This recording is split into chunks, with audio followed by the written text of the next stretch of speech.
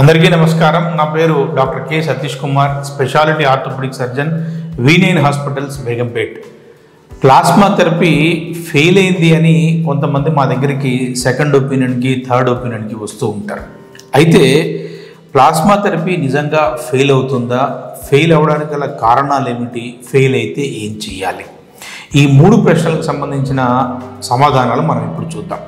First, plasma therapy నిజంగానే fail అవుతుందా? ఒక్క పాయింట్ కరెక్ట్గా చెప్తే, ప్లాస్మా థెరపీ మనం తీసుకోవడానికి దేనికి అంటే 2 ప్రాపర్టీస్ మనకు కావడం కోసం తీసుకుంటాం. ఒకటి యాంటీ ఇన్ఫ్లమేటరీ ప్రాపర్టీ, నొప్పి తగ్గడానికి. తర్వాత ఏదైతే పార్షియల్గా డ్యామేజ్ అయిపోయిందో అక్కడ కండ కానీ, లిగమెంట్ కానీ, కార్టిలేజ్ కానీ. యూజువల్గా ఎక్కువ మంది 90 నుంచి 95% మంది కార్టిలేజ్ గురించే తీసుకుంటున్నారు కాబట్టి కార్టిలేజ్ గురించి మనం తెలుసుకుందాం. కార్టిలేజ్ పెరగడం కోసం, సో యాంటీ ఇన్ఫ్లమేటరీ ప్రాపర్టీ కోసము, రీజనరేటివ్ ప్రాపర్టీ కోసం ప్లాస్మా థెరపీ వాడుతున్నాం. డెఫినెట్గా ఒకసారి ప్లాస్మా థెరపీ తీసుకుంటే నొప్పి తగ్గుతుంది. ప్లాస్మా థెరపీ తీసుకున్న తర్వాత కార్టిలేజ్ కూడా రీజనరేట్ అవుతుంది. ఫెయిల్ అయ్యే ఛాన్స్ <0. నిజంగా చెప్తున్నాను, ఫెయిల్ అయ్యే ఛాన్స్ <0. మరి ఫెయిల్ అయింది డాక్టర్ గారు అని చెప్తూ ఉంటారు. అయితే ఇక్కడ చూసే దృష్టి మారాలి. మనము ఏ స్టేజ్లో తీసుకున్నామో, ఓకే, మనకున్న కోమార్బిడ్ కండిషన్స్ ఏమిటి, తర్వాత అరుగుదల ఏ స్థాయిలో ఉంటే మనం తీసుకున్నాము, ఎన్నిసార్లు తీసుకున్నాము, దాంట్లో ఎటువంటి ఫ్యాక్టర్స్ యాడ్ చేసాము, అవసరం ఉన్న దగ్గర అవసరం ఉన్న మాలిక్యూలే తీసుకున్నాము అన్న ప్రశ్నకి పర్ఫెక్ట్ డాక్టర్లను కానీ మీరు కలిస్తే అప్పుడు క్లియర్ కట్గా తెలుస్తుంది.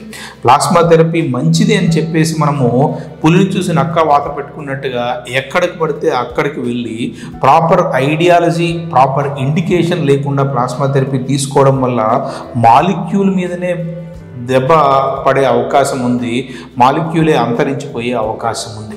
అందుకని ప్లాస్మా థెరపీ తీసుకునేటప్పుడు కరెక్ట్ ఇండికేషన్ అనేది చాలా ఇంపార్టెంట్. తర్వాత కరెక్ట్ స్టేజింగ్ అనేది చాలా ఇంపార్టెంట్. మరి ఫెయిల్ అయితే ఏం చేయాలి? దానికంటే ముందు ఫెయిల్ అవ్వడానికి గల కారణాలు ఇంకొన్ని మనం విశ్లేషించేద్దాం. ఫెయిల్ అవ్వడానికి గల కారణాలు ఏమిటంటే, ఫస్ట్ ఒక ఐడియల్ ఇండికేషన్, ఐడియల్ డాక్టర్ గారి దగ్గర, ఐడియల్ ప్లేస్లో మనము ప్లాస్మా థెరపీ తీసుకున్నాము. ఈరోజు స్టాండర్డైజ్డ్ టెక్నాలజీ ప్రకారము, టెక్నిక్ ప్రకారం ప్లాస్మా థెరపీ తీసుకున్నాం. అయినా కానీ ఫెయిల్ అయింది అంటే ఇక్కడ 2 ఫ్యాక్టర్స్ని మనం గమనించాలి. Doctor side factors, patient side factors. Doctor side factors ఏమిటి? పర్ఫెక్ట్ ఇండికేషన్ గుర్తించడము, పర్ఫెక్ట్ టెక్నాలజీ వాడడము, ఐడియల్గా ప్లేట్లెట్స్ తీసేసి, ప్లాస్మా తీసేసి ప్రాపర్గా జాయింట్ లోపలికి ఇంజెక్ట్ చేయడంతో డాక్టర్ రోల్ అయిపోతుంది అక్కడ. తర్వాత patient role, okay, ideal body weight కానీ, తర్వాత మజిల్ స్ట్రెంగ్త్ కానీ, మనకున్న కోమార్బిడ్ కండిషన్స్ని పూర్తిగా తగ్గించుకోవడం కానీ, బీపీ కానీ, షుగర్ కానీ, థైరాయిడ్ కానీ, రొమటాయిడ్ కానీ, ఆస్టియోపోరోసిస్ కానీ, ఏ ఒక్కటి కూడా ప్లాస్మా థెరపీ యొక్క రిజల్ట్ని డెఫినెట్గా ఎఫెక్ట్ చేస్తూ ఉంటుందన్నమాట. అందుకని వీటన్ని కంట్రోల్లో పెట్టుకొని, జాగ్రత్తలు తీసుకొని, తగు వ్యాయామం చేయడం ద్వారా ఖచ్చితంగా ప్లాస్మా థెరపీ 5 నుంచి 7 ఏళ్ల వరకు మినిమంగా పనిచేసే అవకాశం డెఫినెట్గా ఉంది. ఎవరిలో అయితే ఈ జాగ్రత్తలు పాటించరో, పేషెంట్ సైడ్ ఫ్యాక్టర్స్ పాటించడంలో విఫలమవుతారో, అర్థం చేసుకోవడంలో కానీ పాటించలో కానీ విఫలమవుతారో, వాళ్ళల్లో డెఫినెట్గా ప్లాస్మా థెరపీ ఫెయిల్ అవ్వదు. కానీ వచ్చిన రిజల్ట్ని మీరు ఎక్కువ రోజులు ఎంజాయ్ చేయలేరు. అది మాత్రం కరెక్ట్ పదం అని మనం చెప్పొచ్చు. మరి తర్వాత ఆల్టర్నేటివ్ టు ప్లాస్మా థెరపీ ఏమిటి? So alternative to plasma therapy అన్న పదం ఎందుకు వాడానంటే, ప్లాస్మా అంటే ఇవాళ రేపు అందరికీ తెలిసింది ఏమిటంటే PRP, platelet rich plasma therapy. దీంట్లోనే రీజనరేటివ్ థెరపీలోనే ఇంకొక రకమైన మాలిక్యూల్, దాన్ని BMAC థెరపీ అంటారు, bone marrow aspirate concentrate therapy. అయితే ప్లాస్మా థెరపీ ఎలాగో చేస్తారో అందరికీ తెలిసిన విషయమే. పెరిఫెరల్ వీనస్ శాంపుల్ ఎట్లా అయితే మనం బ్లడ్ టెస్ట్ చేసేటప్పుడు బ్లడ్ శాంపుల్ ఇస్తామో, అట్లానే బ్లడ్ శాంపుల్ ఇచ్చి దాన్ని సెంట్రిఫ్యూజ్ చేసేసి ప్లేట్లెట్స్ని సంగ్రహించి మనకు కావాల్సిన ఏరియాలో కావాల్సిన విధంగా కావాల్సిన అన్నిసార్లు ఇంజెక్ట్ చేస్తూ ఉంటారు.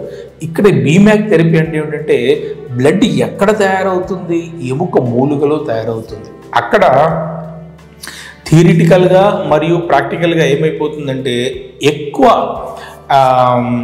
ఏమంటారు యాంటీ ఇన్ఫ్లమేటరీ మాలిక్యూల్స్ కానీ గ్రోత్ ఫ్యాక్టర్స్ కానీ రీజనరేటివ్ ప్రాపర్టీస్ కానీ ఉండే అక్కడ స్టెమ్ సెల్స్ ఉంటాయన్నమాట. బోన్ మ్యారోలో ఉండే మీసెంకైమల్ స్టెమ్ సెల్స్ ఉంటాయన్నమాట. సో బోన్ మ్యారోని కానీ మనము పెల్విస్ బోన్ నుంచి కానీ ఇంకా వివిధ రకాల బోన్ల నుంచి కానీ సంగ్రహించి దాన్ని మళ్ళీ సెంట్రిఫ్యూజ్ చేయడం వల్ల rich nutrients, rich growth factors, rich anti inflammatory properties ఉండే మాలిక్యూల్ దొరుకుతుంది.